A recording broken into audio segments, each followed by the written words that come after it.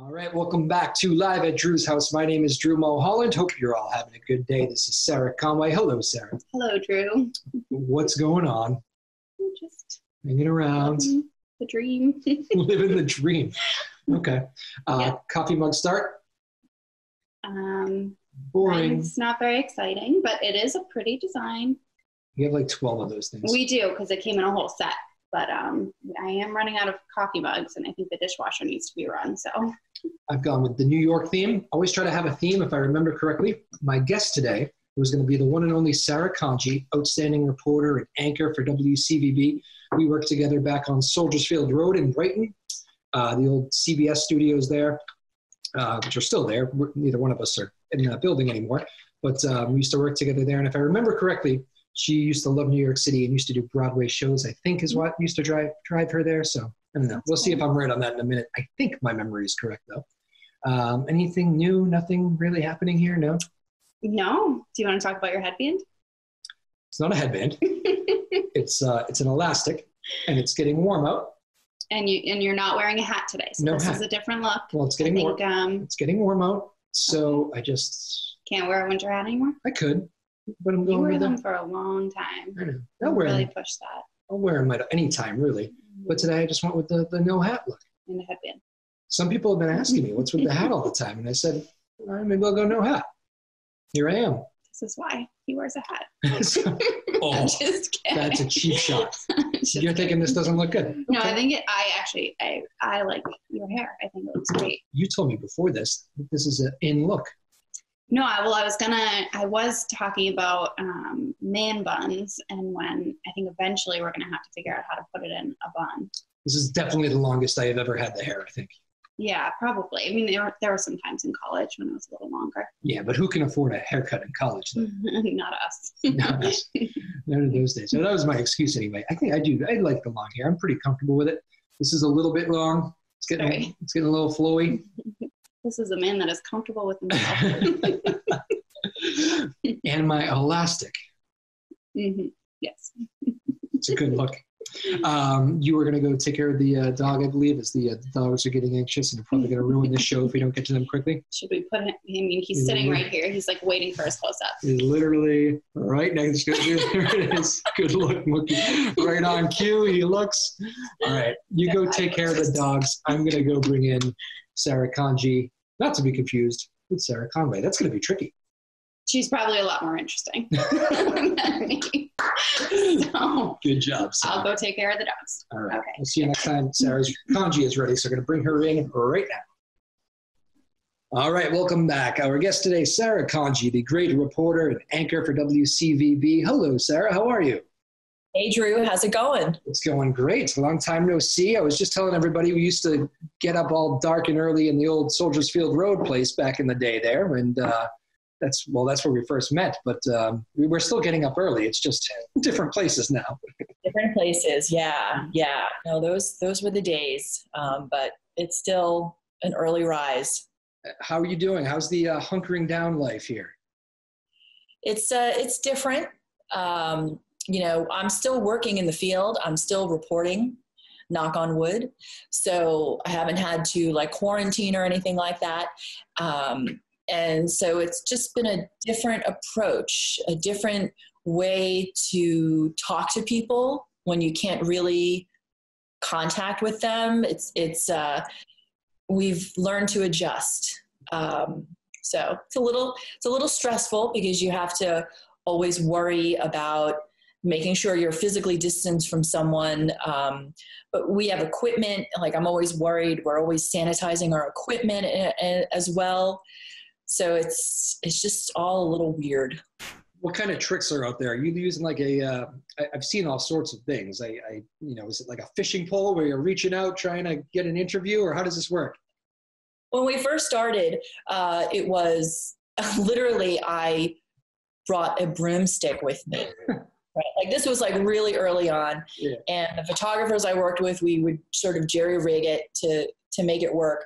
And then all the stations kind of got on board and they bought actual equipment. There's a boom mic, which is made for that. I'm sure people have seen it in movies and in some more better productions of television, it's that long pole and there's a little mic on the end. And so now we're using that kind of equipment.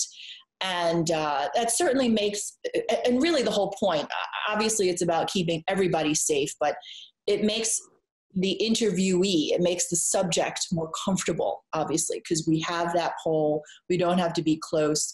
I know some crews, what they do is they set up a stand with a microphone so that there's no pole. It's just the person goes up to the microphone and they never have to even really have any contact with us. So it's different. Are you saying people were more or less comfortable with the broomstick? The broomstick was hard because of it's not really weighted for that kind of thing, right? And it was like my broomstick had like a blue color with a green tip or something. So it sort of looks like something we created in the garage. So the boom mic, I think because some people have seen it in movies and things like that, it looks super cool. Gotcha. Well, I'll talk more about regular reporter life because I know you got all sorts of stories. We'll save that for a little bit later. I must say, this is one of the best backdrops that we've had, I think. I don't know, is this a living room or I don't know what it is, but it looks fantastic behind you. Flowers and everything. Oh, thank you. Does it always look this put together? No, it's surprising how clean you can get something when you have to do a Zoom call, let me tell you. No, although I have been, one of the ways just to make myself feel a little bit better is I've been trying to get flowers every week whenever I can. But yeah, this is my space. That's my kitchen in the background. It's just sort of like one living area. Yes, very good. I like I sent Mom flowers today too. It was a good job by me. She was very happy. It's amazing how far flowers can go. Oh yeah, absolutely. Good job, indeed. Wow. Exactly. All right. So and you just did a story. It's funny, as we were like kind of talking about booking this interview and stuff, you have just recently put together a Zoom, you're a Zoom pro. You did a Zoom story. What's that all about? It was right. It was about how to up your Zoom game. And it was the brainchild and idea of the photographer who I work with, Justin Haynes. And he had this idea on, let's just give people some tips because we've been doing interviews over Zoom. And it's sort of a little frustrating because you see how people are setting themselves up and there are just little things that they could do to just make it appear better. And a lot of people are using Zoom for job interviews or they're doing like staff meetings. And you want to put your best foot forward. So we interviewed a director at Channel 5 and we did it over Zoom and he demonstrated for us some little tips. I'm using a few of them now. You should try to keep the camera at eye level. I'm facing the window so the sunlight is on me as opposed to a lot of people sometimes have light behind them, either a big lamp, a floor lamp, or they put the window behind them and that'll just make you look like Clark joked. It makes you look like you're in witness protection. No need to do that. So just a couple of tips, to help people out because it seems to be the way we're all living now is over video conference. All right, good. And I thank you for doing the Zoom professional segment before you came on the show here. That was very, very sweet of you. Again, Sarah Conji joining us, WCVB reporter. How many years in Boston now, Sarah? 15. 15 years. I know.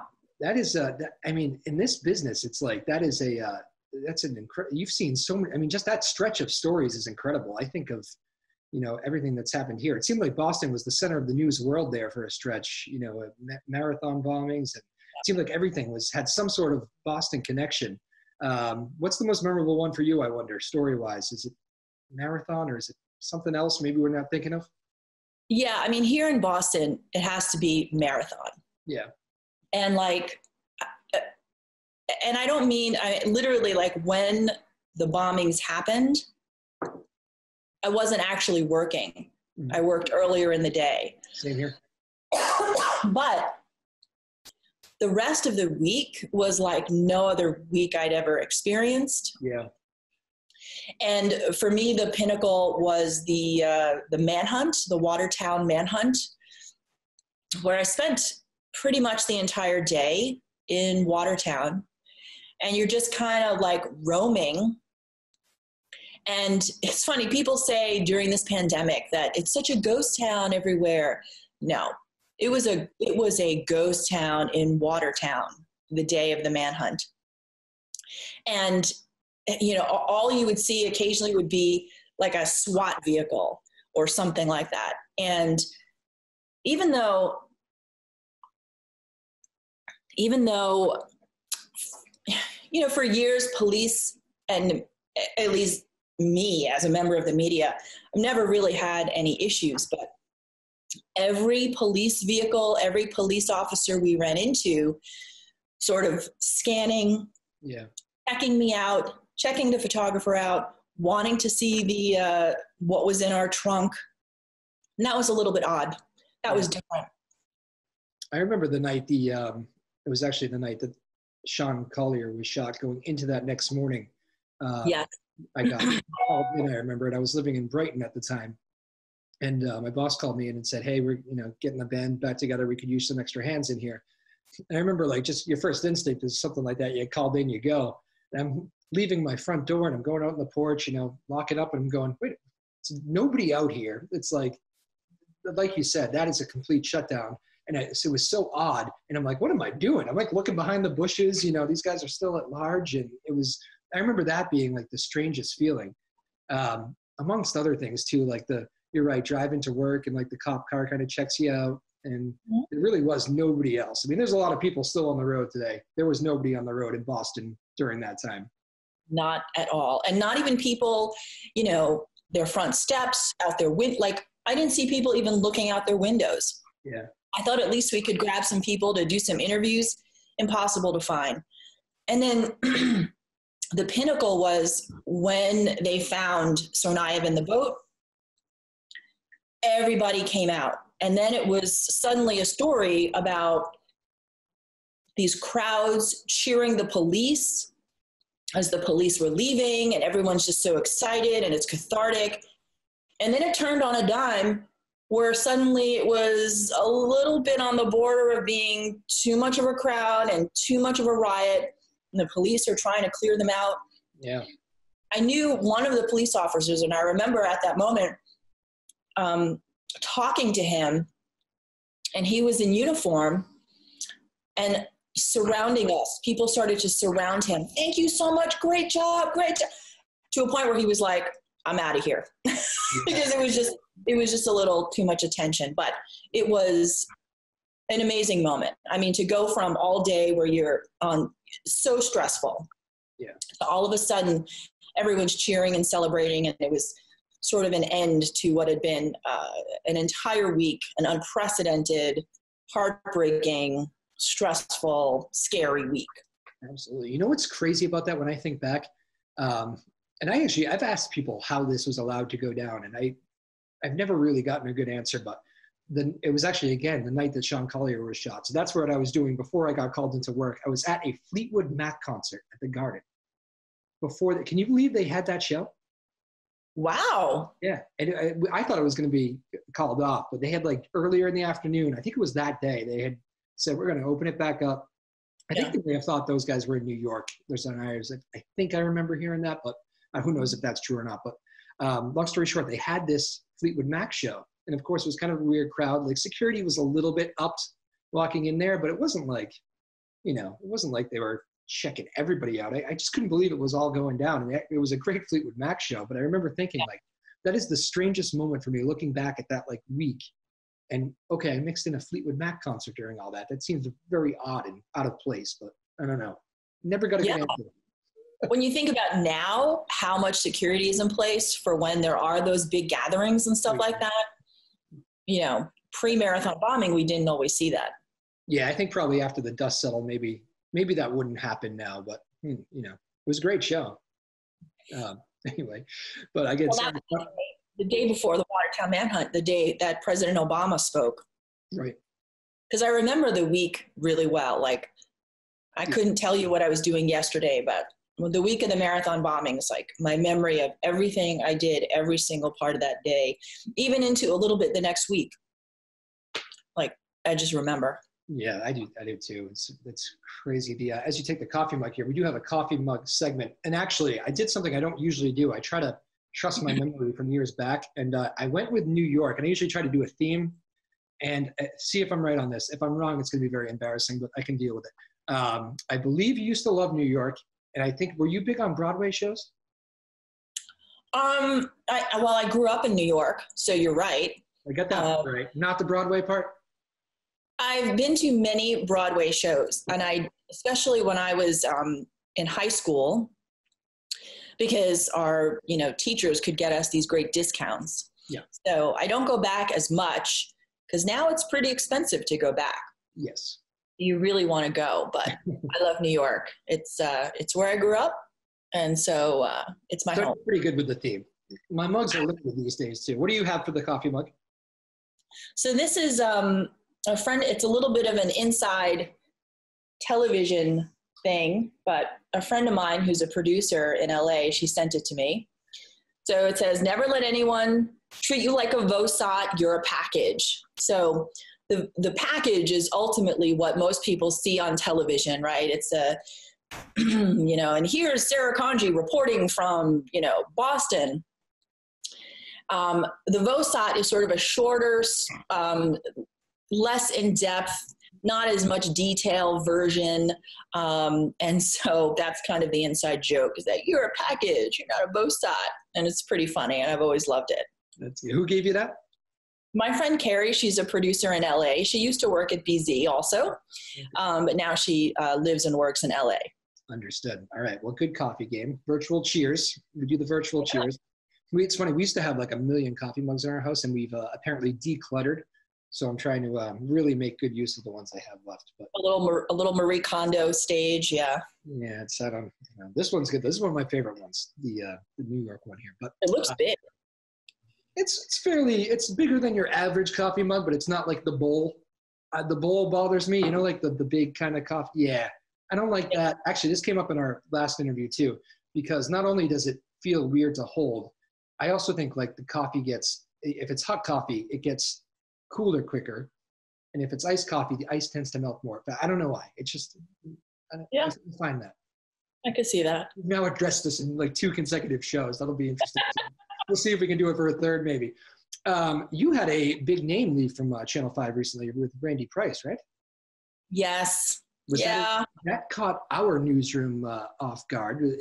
Did we know that was coming? What was the deal? I didn't know it was coming that day. I think for years now, everyone has speculated, which is sort of mean. like when I get older, I don't want people to be speculating like, when is she going to retire? Randy has been such a fantastic part of the morning show, and really he is in a league. He's in a class across Boston because he's worked in all the markets. Everyone has always wondered, when is he going to retire? And I'm not sure anyone knew it was happening like right now, but he was in South Carolina right before all of this pandemic stuff happened. So he was on vacation. And so he just chose wisely not to travel back. And so he's been doing, via Skype or Zoom or whatever, he's been doing these remote reports for us, and he's been a part of the morning show. So maybe, I don't know if it was just like coincidence that he decided to announce it and he's going to stay in South Carolina. But it was, it's like you're torn because you're happy for him. It's going to be amazing and he deserves it. But at the same time, he's a fixture. He's an icon. And he's super nice and everybody likes him. You just like having him, not just on TV. I mean, everyone likes having him in the newsroom. And so, when you lose someone like that, it's a bummer. I know. I have similar feelings on somebody that I know you and I both know and worked with, Barry Burbank, who just stepped away too. Another one of those guys where like everybody that talks about him always feels the need to mention, and correctly so, and such a great guy. And that was so true. Yeah. What was it like working with Barry over there? Because you got to probably know him closer than I did. I mean, he would run over and do favors for radio all the time back in the day. But Barry he is so chill. I always felt like he obviously knows what he's talking about, and he could. There wasn't a single weather event that he couldn't handle, and he's funny. Yeah, A little bit dad joke funny, and again, someone just pleasant to be around. Yeah, those people do make the newsrooms better. Actually, I talked with him like 6 years ago, probably in the men's room. I remember that, and we're both washing our hands. Wash your hands these days, folks. Very important. Washing our hands in the men's room, and he said, "Did you know that Anthony Silva was leaving? Who was one of our anchors for BZ Radio at the time?" And I said, "Just recently." And he goes, "We came in around the same time." He's got me thinking about it, and that was like, I think it was 6 years ago. He lasted another 6 years, so. Absolutely, because he was doing what he loved. So, crazy. All right, we'll have some. This is the fun part of this show. What's the Sarah Kanji again joining us here, live from my kitchen, and what did we call your room again? This is just the my living room, I guess we'll call it. My great room. My great room with the great flowers. What is the lifestyle? What's it like getting up so early before the sunrise and doing it for all this time? I kind of know a little bit of the answer, but toughest part. A lot of people say to me, and I don't know if they say this to you, they're always like, well, you must get used to it. Mm. And I haven't. It's been years, and you never get used to it. I mean, literally, if I go on vacation and have 2-3 days where I get to sleep like a normal person, I'm not waking up at 2 or 3 in the morning. Like, I am sleeping like a normal person. So it's hard. And for television, for me, I think the hardest part is like right when, my first report's at 4:30 in the morning, I need to look like I am awake. I need to sound like I am there. You have to have your energy level going. And that can be hard. That can be really, really hard. I think there's a misconception with TV too, that like you have 5 people out there with you. They're all, whether it's doing makeup and sound and making sure you don't have to do it. Like that is so not the truth of the whole deal, right? I am doing my makeup in a news van or a news car. I'm, does the light work in the visor, and it's a lot of that. Glamorous, right? Yeah, exactly. The toughest venue, like I wonder if it's like Fenway Park, or I'm talking about non-pandemic times, but what's the toughest like venue to report from? Is it sports, concerts? Is it?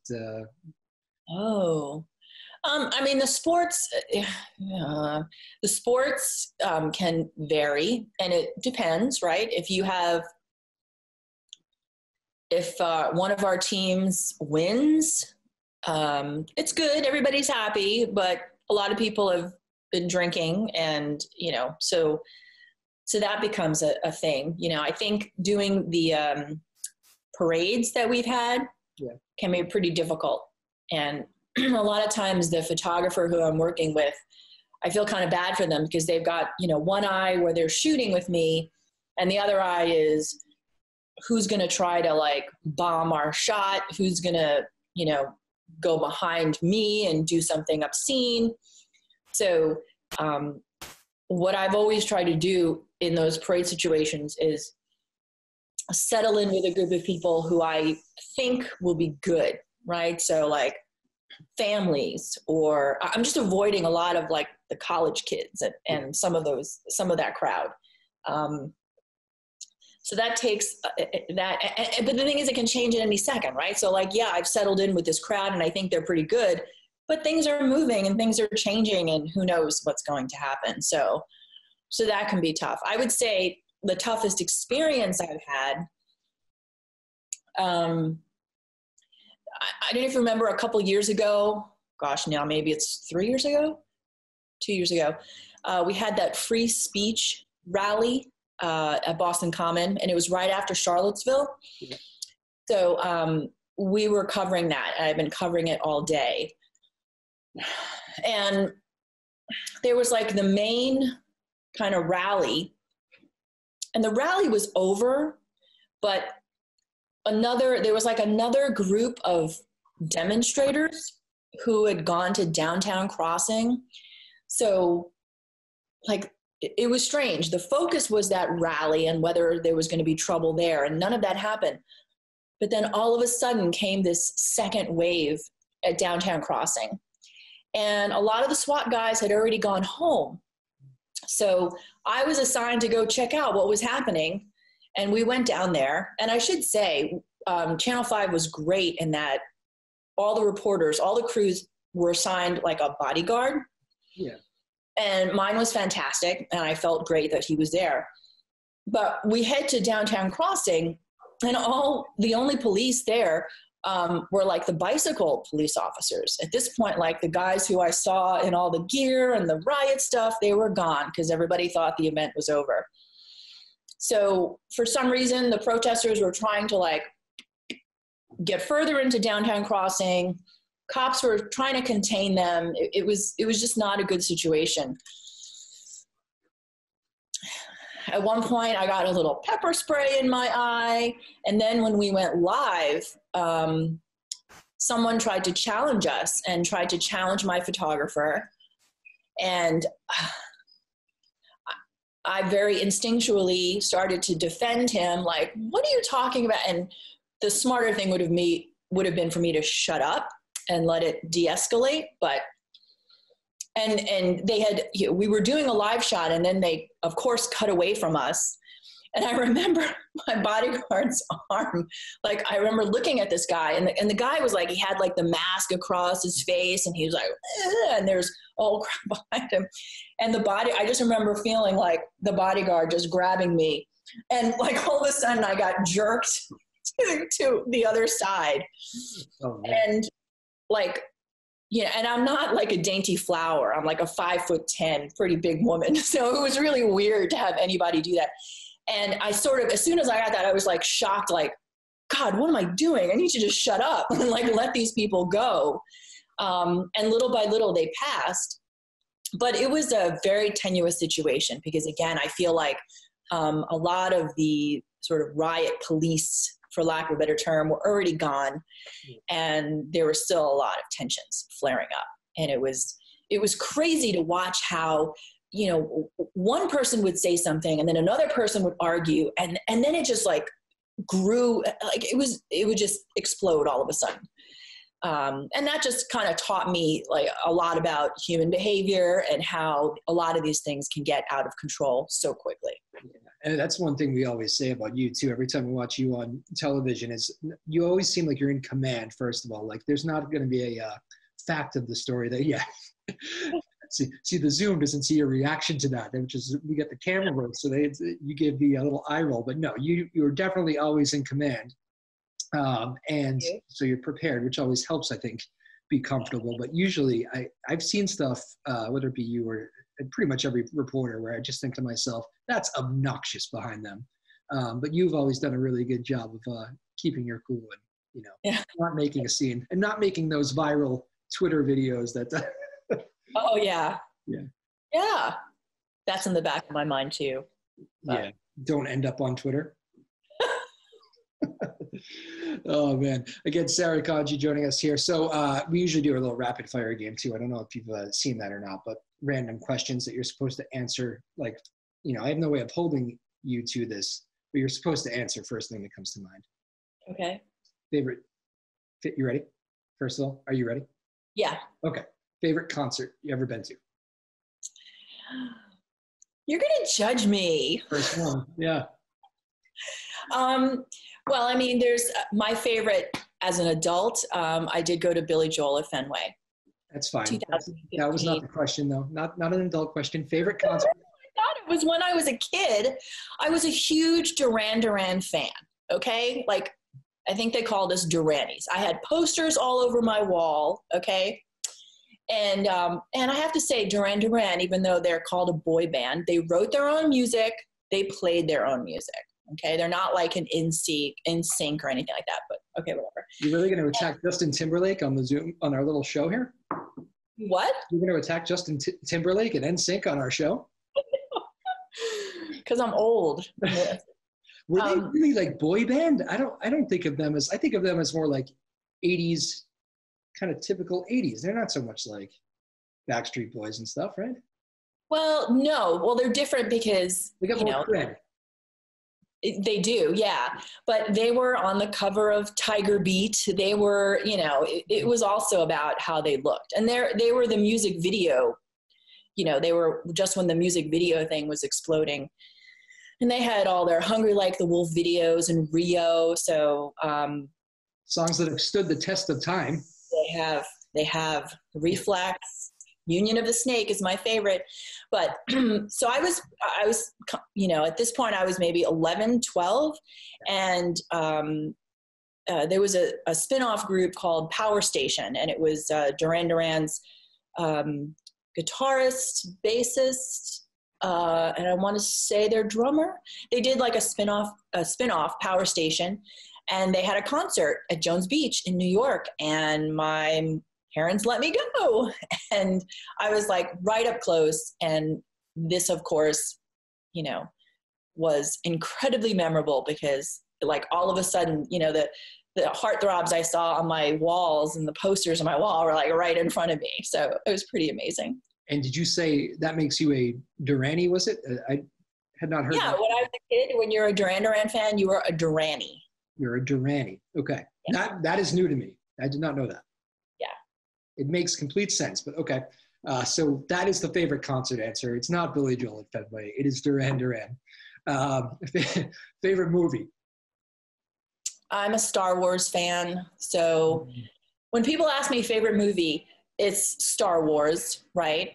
But then I feel like I get a category, what's your favorite not Star Wars movie? Sure. Which then I would say is When Harry Met Sally. Oh, okay. Yeah. Good choice. That actually rings a bell, Star Wars conversations, because if you remember, I actually was not really a Star Wars fan, which you judged me a little bit back in the day, if I remember correctly. I judge everyone who isn't a Star Wars fan. Okay? Yeah. I mean, I don't know what it is. I like it. I appreciate it. We don't need to make this about Star Wars. I'm sorry. We've done this. I think you're right. So a lot of people haven't seen Star Wars. I think a key though, is seeing it when you're a kid. You see it as a kid and then it just grabs you. As an adult, if you were to first watch those movies, I don't think it has the same effect. And I know a lot of adults who watch them and they're like, what's the big deal? It really has to do with sort of that childish wonder, and all of a sudden you see it and you're into it. All right. I think you're probably right on that. Yes, maybe I missed the boat a little bit on that, but I respect the movies. I don't want to upset the Star Wars. And are there Star Wars and Star Trek people too, right? There's like the very distinct group. It's very different, though. I respect Star Trek, and I do, I think I have a good understanding, and I've seen enough of the Star Trek movies to kind of know what's happening. I just saw the Picard series recently, which I thought was really good. Okay. But yeah, different. Star Wars, Star Trek, different. Okay. Well, I think that's well answered. We won't touch any more on that. Favorite city to visit, and actually, I'm going to include favorite city because I want to see if Boston's your answer. Well, it's New York. It is New York, yeah. Yeah. Yeah, it's New York. Easy. I mean, some of it's personal, right? Because I see friends, I see family, but there's just something about New York when you're there. And I realize it's like the cardinal sin of someone who lives in Boston to even say that they like New York. But yeah, I love it. You probably hear this a lot being, New York runs in the blood there a little bit. But I've always said, like, I love New York. Visiting is like my favorite thing. I love going to shows there. I love doing everything New York. I just love it. The city, I love it. But I always think, like, I think I'd probably struggle living there. Just it's a little bit too much hustle and bustle for me. Like Boston, you get a little bit more small town feel. I always thought I never lived in New York, but I always thought the hustle and bustle might bother me a little bit. Am I wrong on that? I totally agree. Boston to me has the best of both worlds. It's such a manageable city. You know, if there's a concert, you can go and it's not like just this madness to get there and madness while you're there. You want to go to a restaurant, you might have to wait, but it's not, you know, it's not like there's a waiting line out the door. It's just so much more manageable to kind of enjoy the aspects of being in a city. And New York is great. I do love, you know, the subway. To me, I love getting around in that way. I find it very difficult here in Boston to kind of do that. But in other ways. New York was made with a purpose and grids and everything, whereas, you know. Yes, absolutely. Yeah, absolutely. So. All right. When did you know that you wanted to be in news? When did that happen? It happened pretty late. I was in college, and I didn't go to journalism school. I was an English major, and I took some journalism classes. They were really writing classes. So it wasn't until, you know, my senior year in college, and suddenly it was like, let's do some internships. What are you going to do? And I saw some internships for CBS News. So I tried them. And even then, I still didn't know for sure, but it interests me. And eventually people were like, all right, well, now you got to figure out what you want to do. Are you going to be like a producer? Are you going to be behind the scenes? Or do you want to try being in front of the camera? So I tried being in front of the camera, and it just kind of rolled. It's not really a very romantic story. I know a lot of journalists are, you know, as a kid or something inspired them or something moved them, changed their life. And I wish I had that story. I don't. It was much more practical for me. It was like, what are my options? This is what I'm studying. These are some of my skills. And, you know, I thank God, I thank the universe that I just met the right people in the internship who connected me with a job, and it didn't really matter that you didn't go to journalism school, and I found some great mentors, and I learned everything pretty much on the job, and I just surrounded myself with people who were willing to teach me.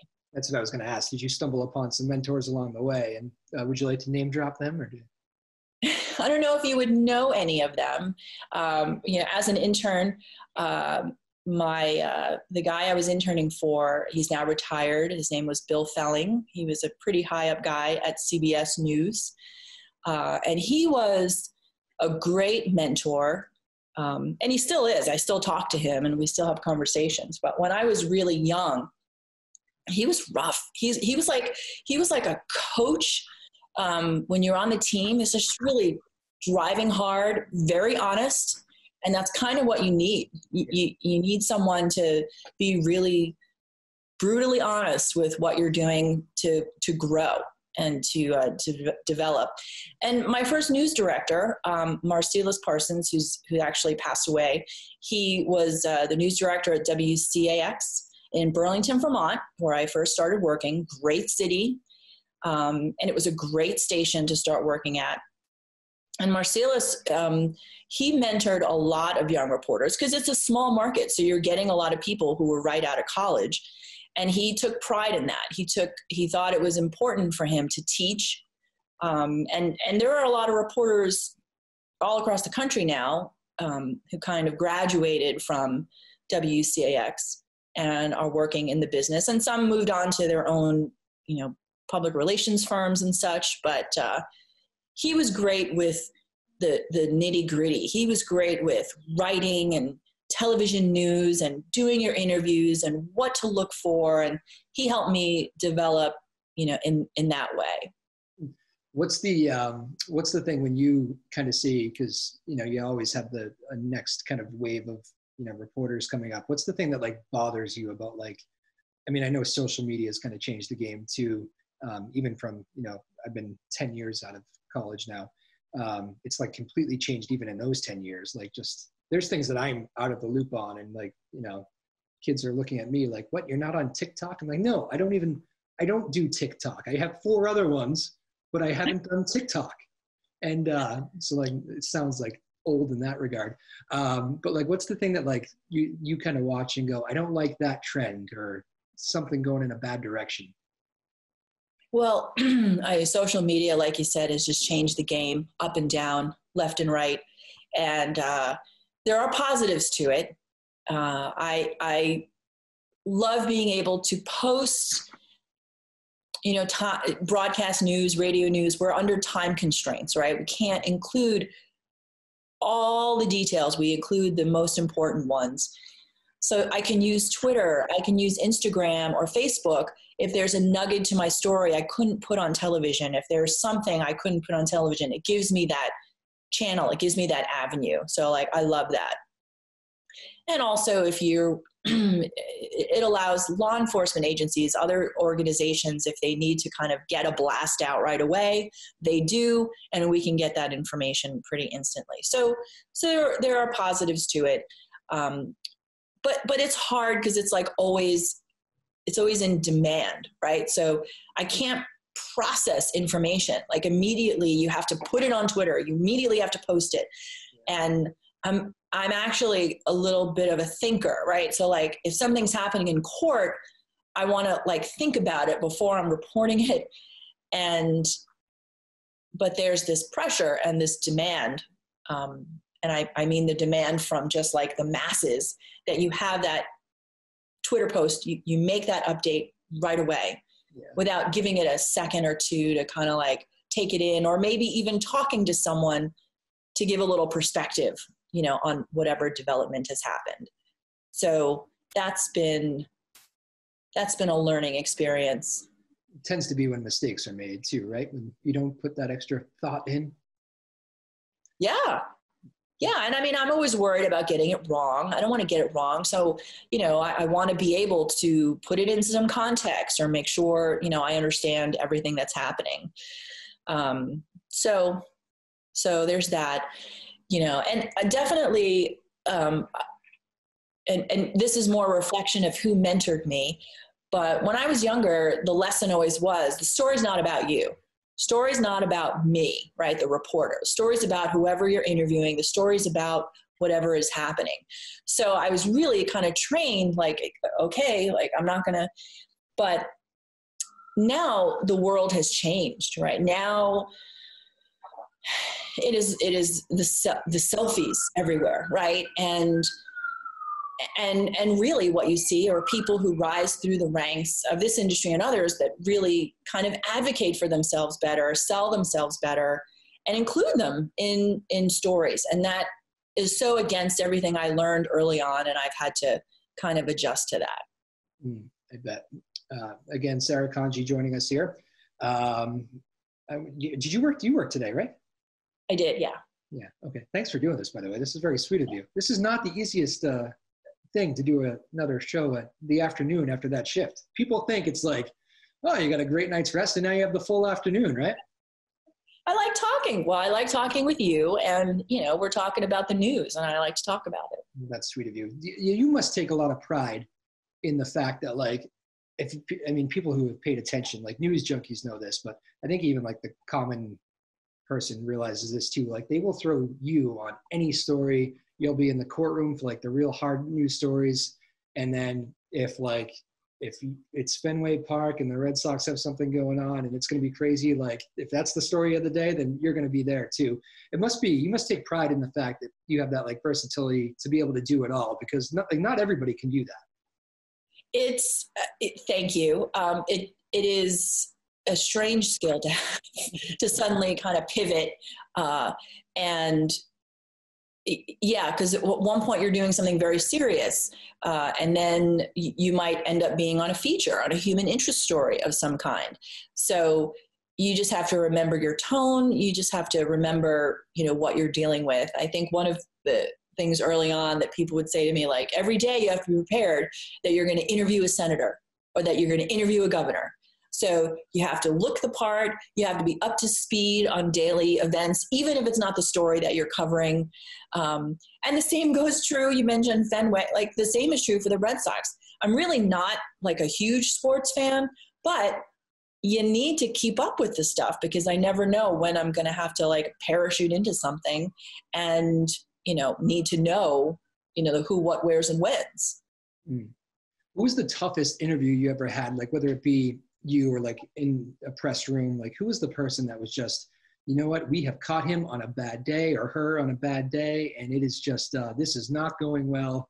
Not going to give me a break on this one. Is there one that sticks out to you? Like that was a rough ride? I don't know if I haven't had a lot of confrontational interviews. Well, that's good. I'm trying to think.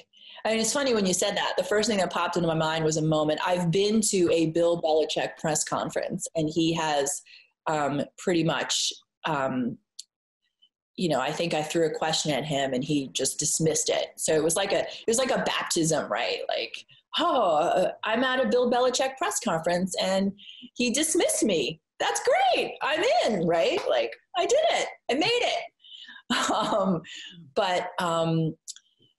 Some of the tougher interviews, and this was way early on in my career, I remember doing something about what ended up being a bigger scandal, and just very tense interviews with some hospital executives who ended up being federally charged. So there was a lot of dancing, is what I would call it, where you're sort of like, they're dancing around the answer, or you're dancing around with different ways and questions to try to get them to say something. So that's the toughest.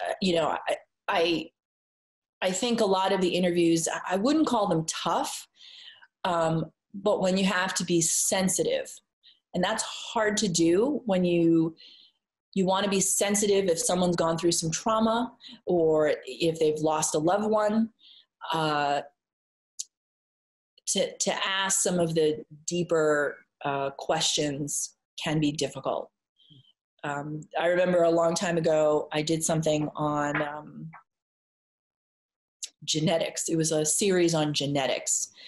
And this person had a genetic disorder, and he was living with it. It wasn't anything, it was difficult with some disabilities, but he was living with it.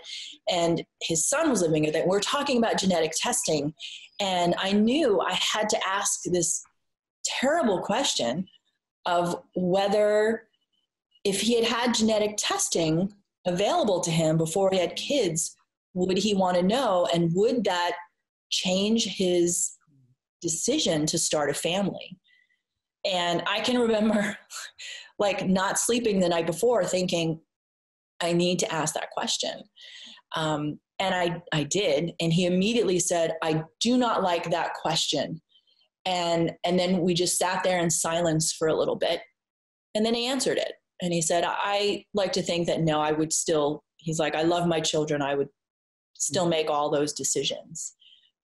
But it was an interesting, I feel like that it had to be raised, especially in the context of my story. So that to me is more like, you can ask a tough question of a politician. You can ask a tough question because they expect it. Everybody knows it. But it's when someone's in pain or someone's lost someone, it's those sensitive situations that get very challenging. That's great perspective there. How about the person that was like, and maybe it's somebody who's passed on or whatever, but what's the person that was just always great? Like, you don't want to have like friends when you're doing these stories. That's not really supposed to remove your part from self from that part of the job. But like, who was the person that was just really media friendly? Like, you know what, that's somebody who like gets what we do and, understands that there can be a working relationship there. I have to say Mayor Menino. I thought that might be the answer. Yeah. He was so like Barry Berman. He was so chill. He was so, he knew what the game, so to speak, was, and he was easy to talk to.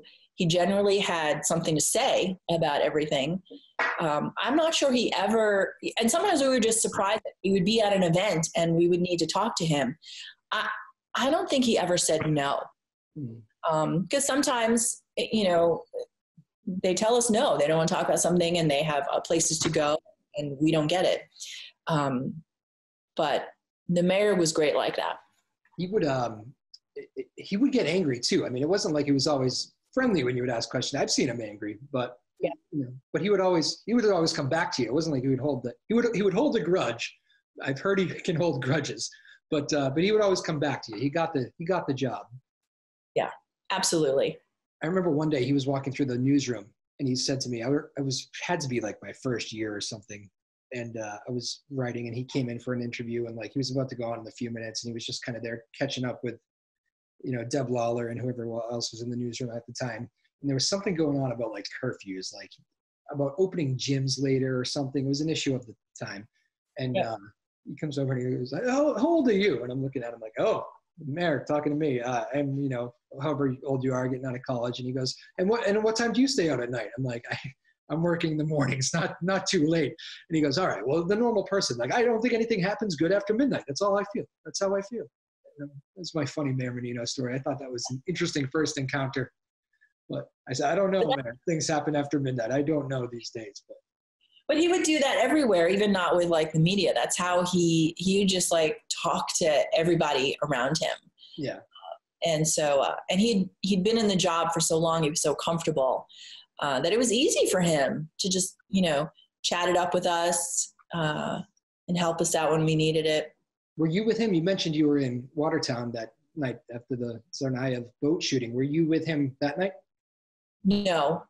So I was separate from, because if I recall, there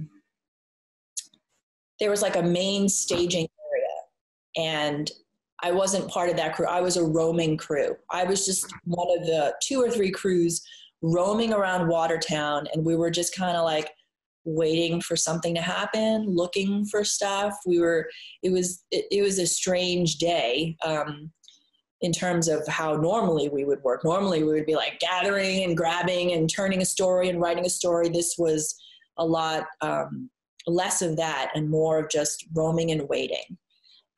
So I think he was part of, and I might be getting this wrong, but Commissioner Davis was there. I think they were staged at like the mall or Target or something like that, but I wasn't there at all. Yeah, because that's where that was that crazy staging area. Do you remember that? We had like all the different countries there and stations from different countries. That was kind of a crazy area to be.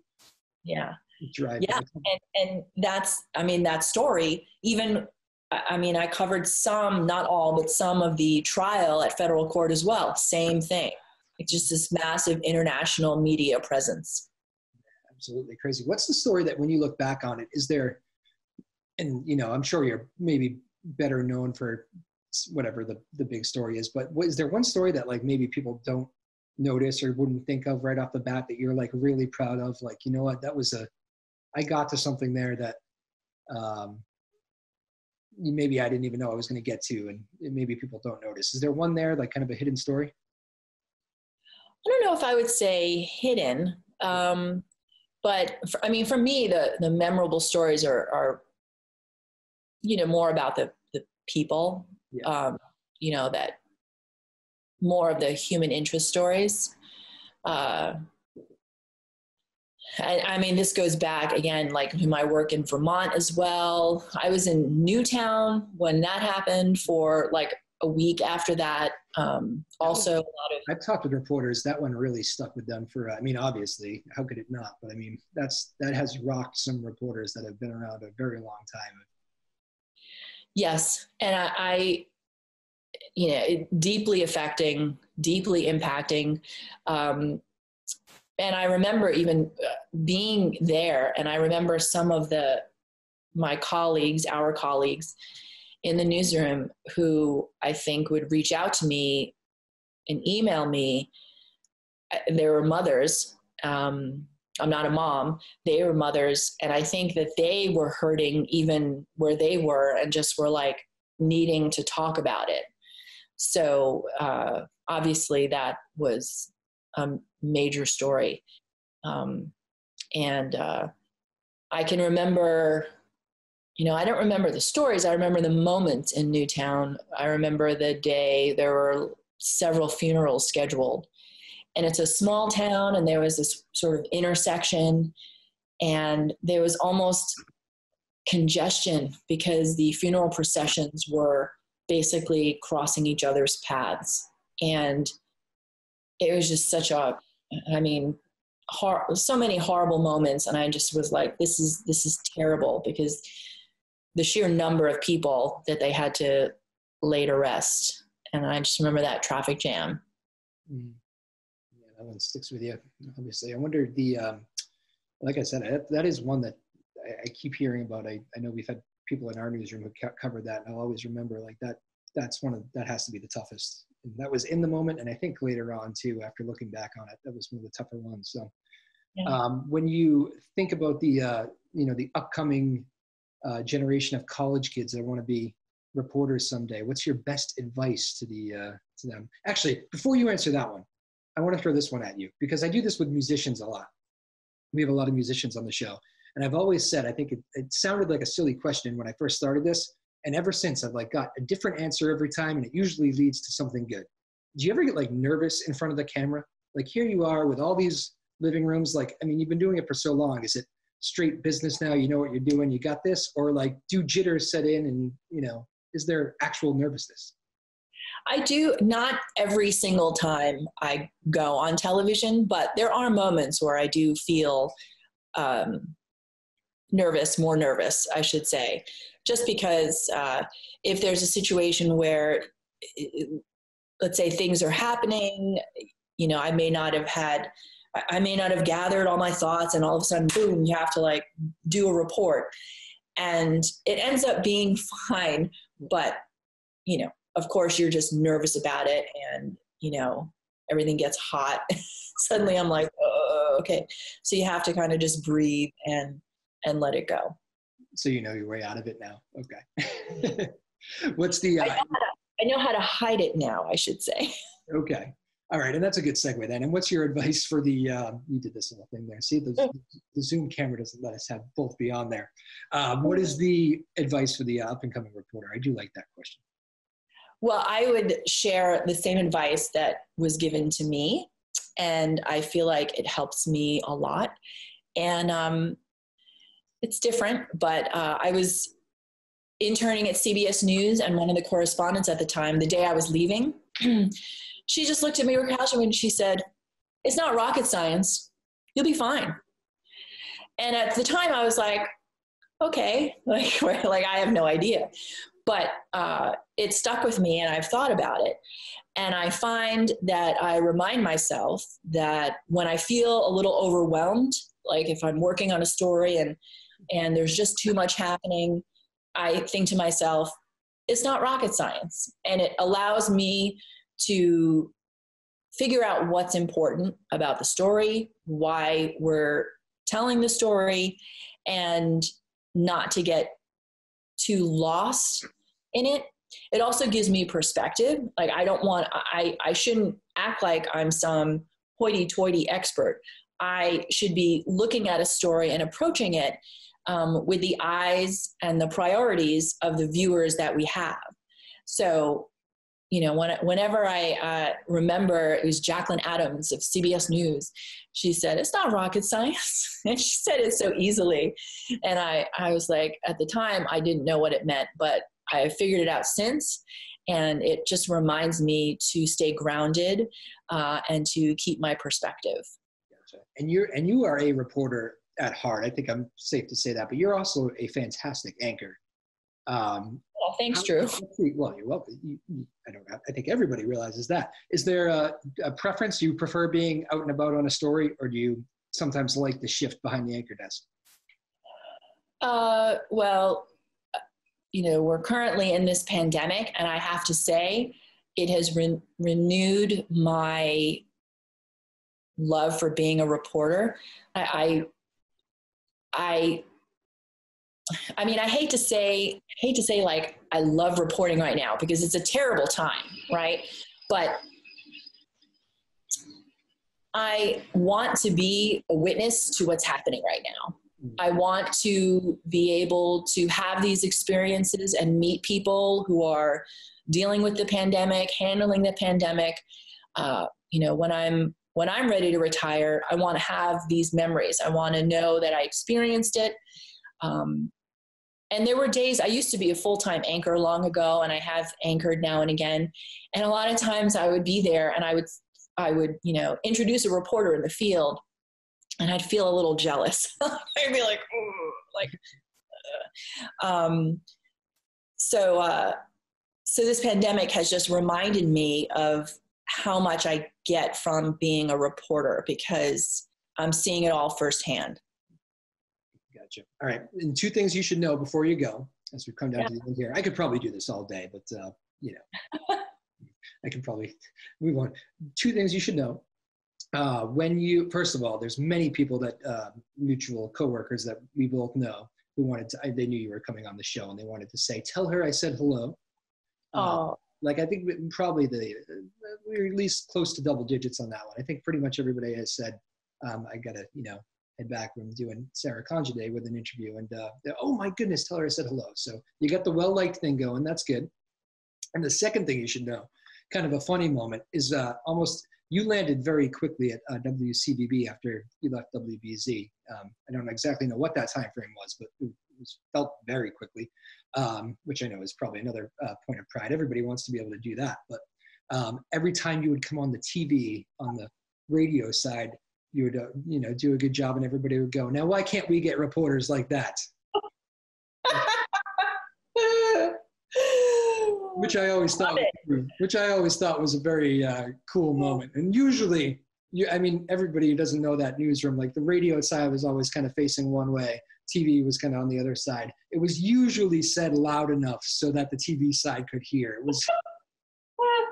Well, thank you. I thought you might enjoy that. Well, I was lucky enough in the BZ newsroom, my desk was right near at the time. That's right. You were like one of us. I was right there. So, and you're all funny and fun to be around, but there was a lot of institutional knowledge news-wise, and I just took advantage of it. Like, I was heading over, talking to Ed Golden. I would just, like, if Carl was around, I was just like, just picking their brains about, one news story or another.